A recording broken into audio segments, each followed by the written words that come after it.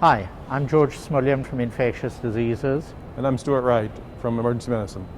We're sufficiently far apart that for ease of this filming, we're going to take our masks off so that you can actually understand us. Yeah. So certainly in some areas in the United States, there does appear to be slowing of number of cases, largely I think due to the effects of our social distancing, the implementation of stay-at-home measures and other things like that.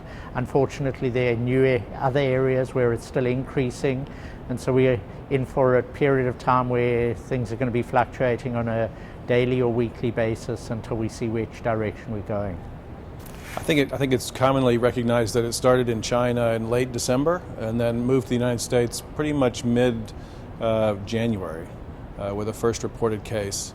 I don't think anybody truly knows because obviously the symptoms can be quite mild in some people. So it would probably be only detected once somebody got sick enough to actually present themselves to the healthcare system. And the molecular data from both, if you look at New York data as well as Washington, there have been multiple introductions into the United States from a variety of different places, some from Europe, some from the Far East, from China, and so it most probably has been around in the United States certainly since the beginning of the year. So antibody testing, when used for the diagnosis of infectious diseases, is a very imprecise science.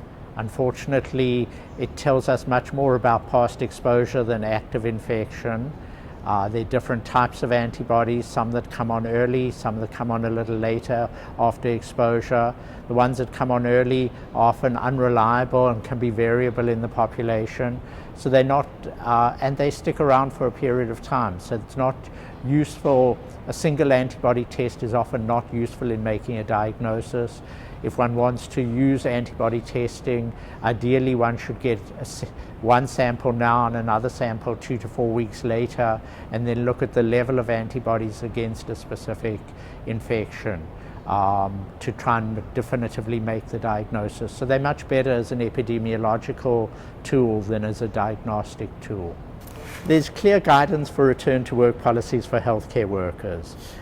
There's less clear guidance as regards to other fields of employment, and so because healthcare workers are exposing other individuals on a more routine basis, and many of those individuals who they potentially are exposing would be people at risk because of weakened immune systems, other infections, other illnesses, etc. I tend to use the same guidelines, the more stringent healthcare worker guidelines, and apply those to everybody. So the CDC's guidance is that in a situation where you're not testing to show that somebody no longer has active infection, the recommendation is either 7 days from the onset of symptoms or at least 3 days after the fevers have settled, an improvement in symptoms, whichever one is the longer. And so therefore it might be 10 days until one's symptoms have improved or whatever. And thereafter people can return to work, but would still recommend to wear a mask and be protected against certain classes of patients for a total of 14 days. So contact tracing is one of the traditional methods that epidemiologists use to try and track down infectious diseases. So if someone becomes ill, they would contact that person, go through a list of everyone they've been in contact with, hence the term contact tracing, and then contact each of those people to see if they're having symptoms or need to be evaluated in some way.